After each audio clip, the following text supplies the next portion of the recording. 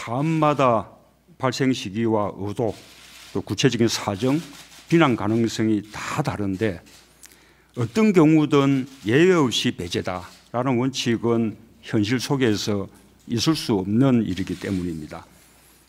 그러나 그렇다고 해서 그때그때 적용이 달라지는 고무줄 잣대가 되어서도 안 될 것입니다.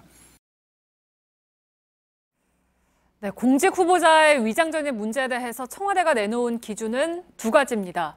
투기성 위장전입은 엄격하게 검증하겠다. 2005년 7월 이후 위장전입자는 배제하겠다.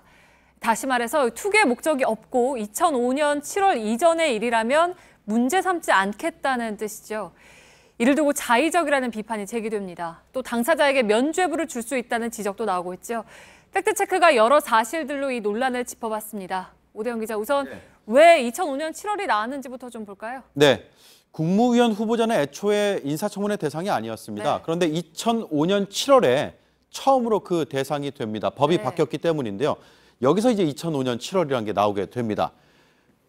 그래서 국무위원이 되려는 사람이 이 제도가 시작된 뒤에도 위장전입을 했다라고 한다면 아예 자격이 없다라는 취지로 어제 기준이 나온 겁니다. 네, 그렇겠죠. 이제 위장전입은 엄연한 법 위반이기도 하고 그리고 그동안 청문회에서 계속 문제가 됐던 사안이니까 몰랐다고 할 수도 없는 거잖아요. 그렇습니다.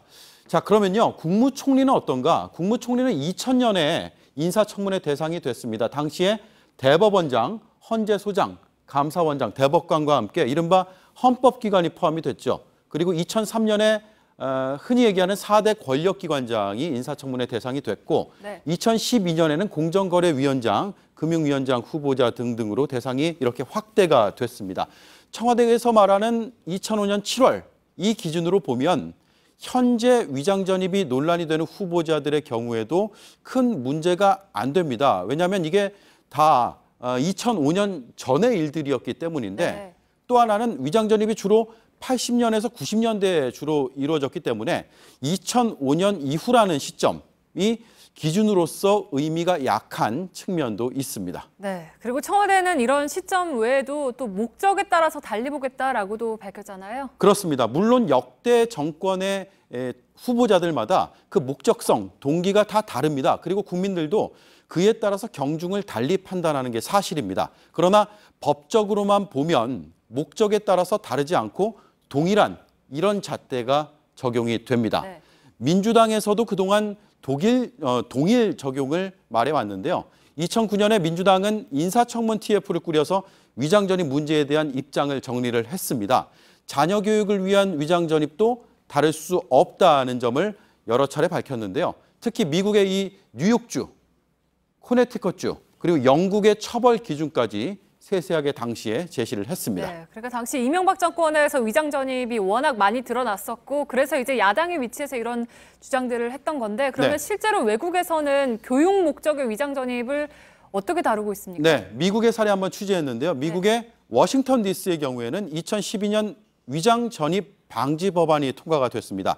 교육의 목적이더라도 적발이 되면 최대 90일 구금 또는 최대 $2,000 벌금 그리고 신고 한라인도 갖췄습니다.